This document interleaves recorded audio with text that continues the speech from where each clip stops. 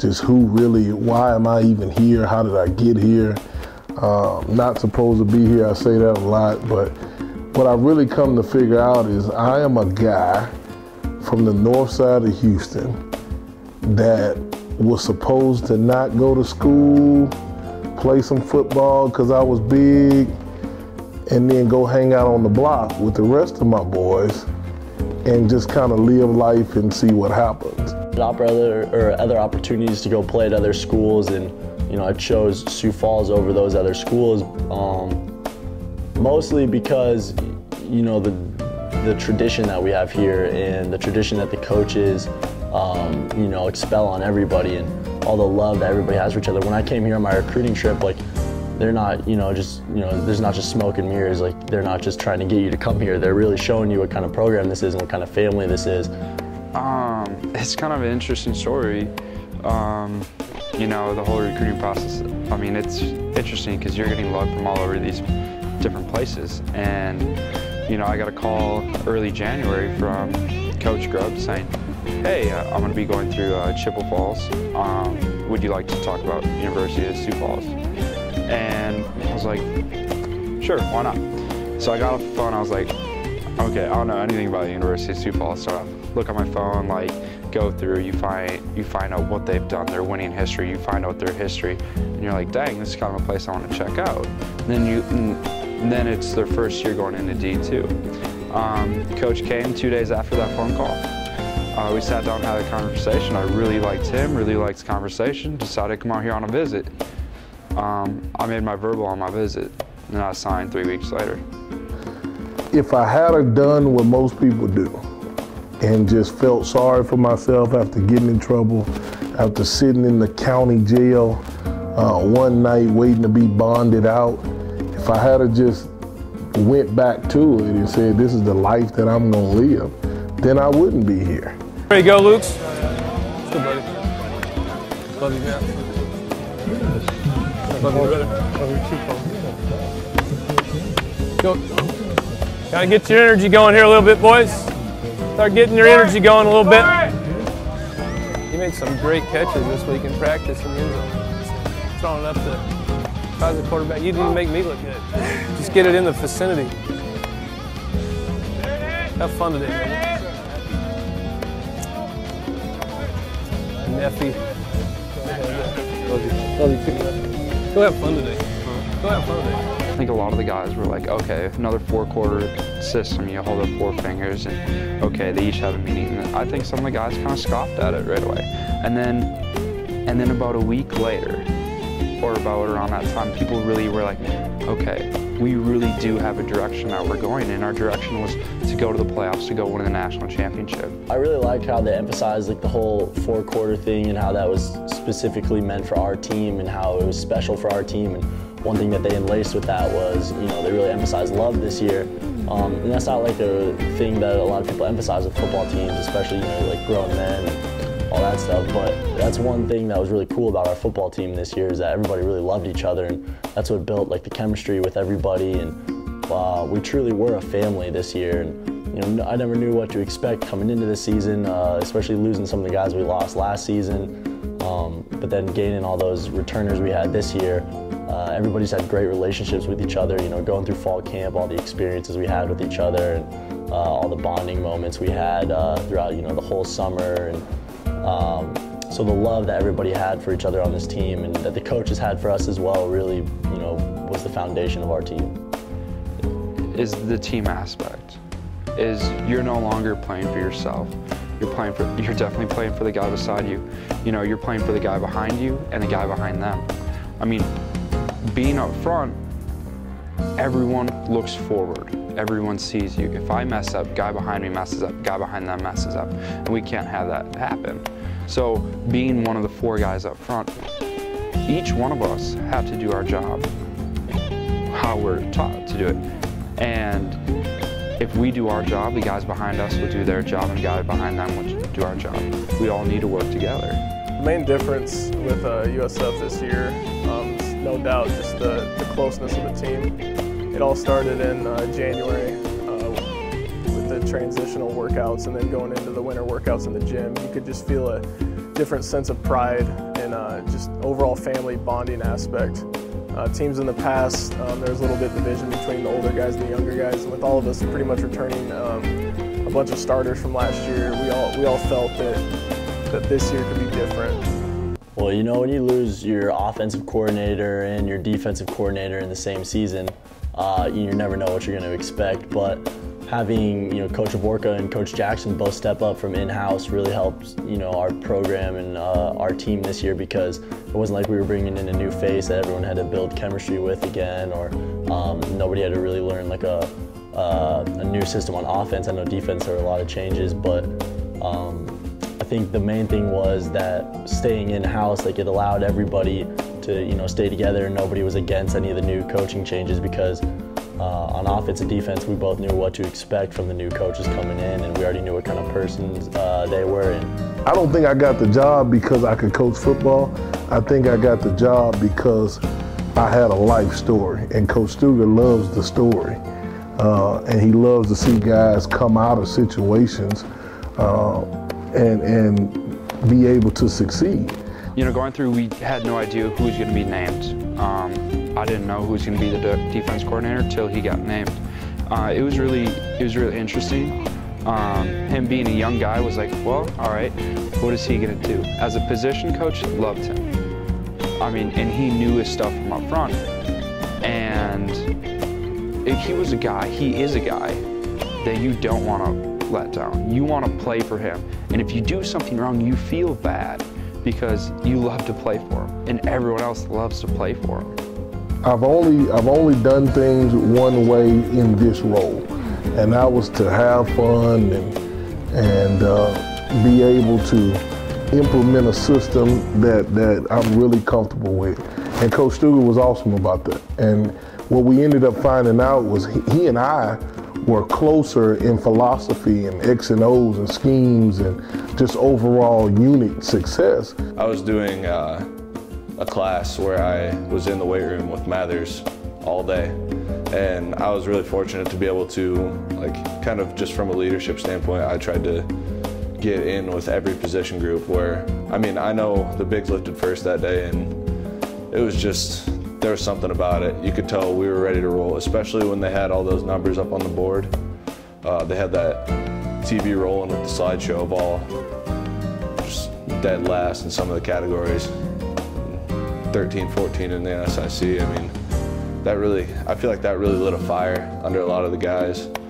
But that January, it was just, you could kind of feel a buzz when we were doing our workouts. Like, we were definitely pushing everybody. You could tell just from all the seniors, even underclassmen, if you weren't doing it right, you were doing it again. If you weren't doing it hard enough, you were doing it again. Well, I think you always have to assess after a season like that, really what our, what was our problems, what was our strengths, our weaknesses, and things that we had to overcome. I think, first of all, we got out of that season, and I look and realized that, we were so close to being 9-2. I just felt like there was a fire underneath us, that we knew that 6-5 record that we put out there the year before was not us and was not this program. And I mean, as personally, I felt like I let a lot of people down that came before me, because I did play with a lot of those guys that have been here, and it really, deep down inside, it really hurt that I let those guys down. So I think it just really fueled a flame, and everybody bought in, and we got after it. USF's not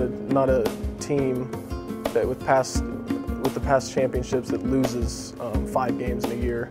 It's not a team that settles for anything but, striving to get to that championship game. And last year, we went through so many ups and downs as a team throughout the season that I think that's where the foundation of the love really started.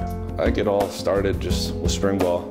Coach Jackson, he laid out the first day, he's like, we need to have at least three takeaways of practice, and just stuff like that, where he kind of raised the bar, and at first, like, oh my gosh, we're going to be doing some up-downs, because if we don't get those takeaways, but I think we only did up-downs twice in the spring, and we made up for the takeaways every practice. The question was asked early, do you want to be just better than we were, or do you want to be the very best? And you guys, everybody raised their hand and said the very best.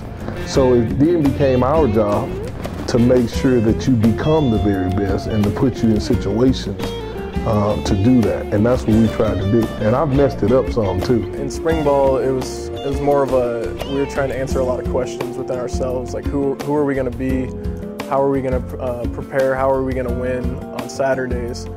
And with the summer workouts taking place, we started to grow, and you could kind of feel that we had some guys that were really in it for the long haul and to make that playoff push. That's what's been our winning edge, is this coaching staff and how they coach you guys. And it does, I'm not kidding when I tell you I'm allowed to really not do much. I mean, you know, they only let me coach the rushmen on certain days. Coach Idem only lets me coach the safeties every now and then. But this defensive staff has been awesome. Our goal is to stop the run. We're no longer a blitz-heavy team, but if we can go and play in our base front, that's our bread and butter. And we'll do things to manipulate that and change how we do things. But obviously our base front is where we are our best at. Seeing our success in spring ball, our offense is one of the best offenses in the conference. And we did really well against our offense in spring ball. That just kind of made me realize, like, yeah, this is going to be a good year. This is going to be one to remember. Winter workouts are tough. They're brutal. I, personally didn't get to experience the full grunt of them because of my shoulder injury. So it really kind of killed me sitting on the side doing other workouts while the whole team was participating in the brutal, brutal workouts. But needless to say, I think that really helped in a way, mentally, because it helped me mentally prepare for what was to come. I mean, you guys have been excellent in just being like hungry babies and just eating up everything that we give you and actually applying it to what we do. This year, when we kind of came into fall camp, we really wanted to personalize a little bit more. We had more coaches speaking than me just speaking all the time. We had players speaking about real life experiences and tragedies and trials they're going through. And what I found is it just seemed like guys were becoming supporters of each other. There's so many stories from this season, so many funny memories that we had during fall camp, whether it's, the freshmen up on the box in the bubble announcing out their name and calling out their ranks and everyone's just yelling at them, or making them do stupid little competitions, like pushing a fork up against the turf, or the spoon races. The stuff that we do during lunch and dinner with the freshmen and the transfer guys, I mean, that's how you know that, our team is all the way bought in, because you have, to be honest, my first time here, I went up and did that, I was scared to death. They were too, but then when they finished, after a couple of days of camp, all the freshmen know if you work hard here, you're going to be accepted. This past fall camp, it's like a feeling I'd never felt before, how we were all so close and there was no problems, there was no distractions, there was nothing there to keep our mind off of each other. We were always around each other, and it made us just build a strong relationship. There were stories told during fall camp that really touched people's hearts. We just hung out with each other and we just bonded. It's when you really learn stories, which you really learn who you are, and being able to have the freshmen stand up at dinner, talk about name and rank, where they're from, why they're there. It's really cool to learn everybody's story. We all went to a movie together, and we watched, I can't remember the name of the movie, but we watched the movie. It was really touching, and honestly, it was a really big resemblance of how our team was this year, between the love aspect and coming together. And after the movie, one of the players, Josh Butler, he went up and spoke, and he told us a story about how he shouldn't even be here today, but for some reason he is here, and that he's more than happy to be with us as a group of brothers, because he knows that we'll have his back no matter what. When other guys are making plays, other guys go, yes, that's us. It's that person, but it's us. It's us as a group. It's when the offense turns over the ball, the defense goes out there and say, we got you. It was just more about having fun, and it wasn't as much of a job. Obviously when you're on the road, you want to treat it as a business trip, but when you're having that downtime and you're traveling, watching movies, after meetings, whatever it is, you could just tell that with all of us, we just really wanted to go out there and have a lot of fun on the field. And so when we were preparing, we were all about, getting ready for the game, but the biggest part about us is we went out there and enjoyed it. We enjoyed the process. We enjoyed watching film. We enjoyed breaking other teams down. The team expressed love by, you know, if one part of the team made a mistake, everybody knew that the next part, they were going to pick it up. Not because they had to, because they loved that part, that team member, that person so much that it hurt to see them fail. We were in fall camp, everybody was sitting in there and they wanted to come in and have a team meeting. We just kept pushing the coaches out because we were doing kind of a little improv with Mailing, where we just gave them situations, and it's kind of like on the movie Due Date. He's kind of like the Zach Galifianakis character, where you're, all right, team's down they're up by 7 at halftime, and they won't go back out unless the laundry gets done. I mean, just stupid stuff like that, and he would go up, guys, come on, we're up by 7, having a great game.